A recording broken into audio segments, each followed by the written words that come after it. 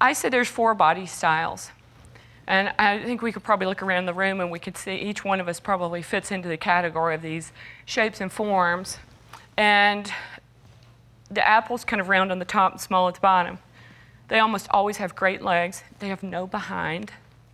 So there's where you focus. Always try to make a waistline on somebody that doesn't have one. Cinch it in with a belt, cinch it in with a big wide corset. Corsets do great things for women that don't have a waistline, especially a longer line one. And if you get them that lace up the back, you buy one and anybody can fit in it. You can change the ribbon on the back, you can dye them. You can buy them from China and they're like $13. You can go to Frederick's and they're $100, same kind of corset. You can embellish them, you can put anything you want on them to make them more interesting.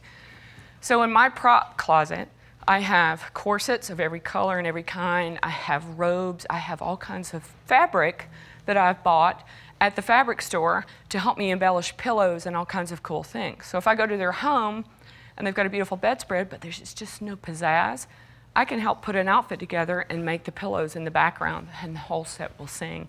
And I saved myself from a bad photo shoot. The pear is shaped small at the top and larger at the bottom. So the good thing about their body shape is you can almost always show their upper body.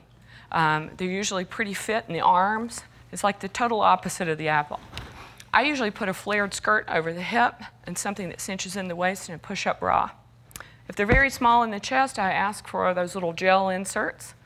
There's a company called New Bra that makes them in every different color. They're pink, they're black, they're beige, they're brown, and they're creamy white. And you can put those inside a swimsuit or a bra, and it makes anyone have a little cleavage.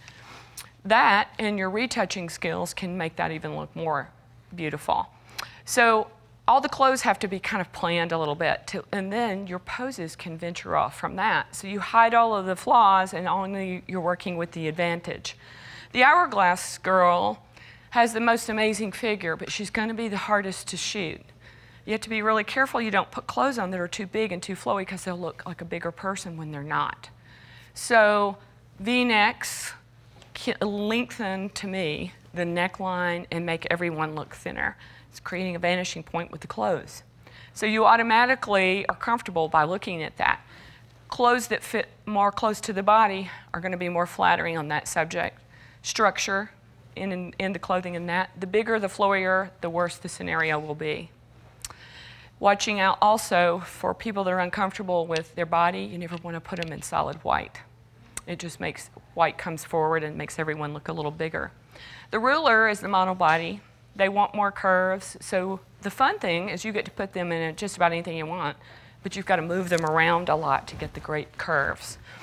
So even in every scenario I'm going to give you, there might be a chance that something will break the rules and somebody will have an unusual situation that you'll have to address. But for the most part, these clothing styles and poses will work.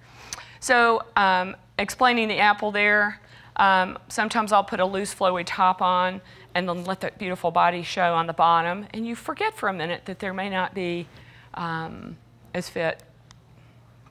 Another example for the pear is to have something that just moves a little bit. If you don't want to put the little flowy skirt on, a top that hangs down long so you get the flirt of the leg, but not totally exposing that. Every once in a while you'll have a challenging figure and you're going to put everything in the world on them and nothing's going to work. And you're going to go, how am I going to get past this? It's always a good idea to try to have a couple of options to work with. This outfit has like a ruched, gathered midline, like a long line corset. And what that does, this young lady was a very small body with a small size, like a size 4, but it was everything she put on was making her not look her very best. The structure of this kind of lifted her up and cinched in her waist, and it made it really great for me to easily light her. And since there's structure to it, it was 5 times more easy for me to retouch and cinch in her waistline. And in the end, the pose of the larger hip scale, leaning back with the hip pushed back, is really going to be something that you use a lot. What I would suggest you do is go home and practice it in the mirror.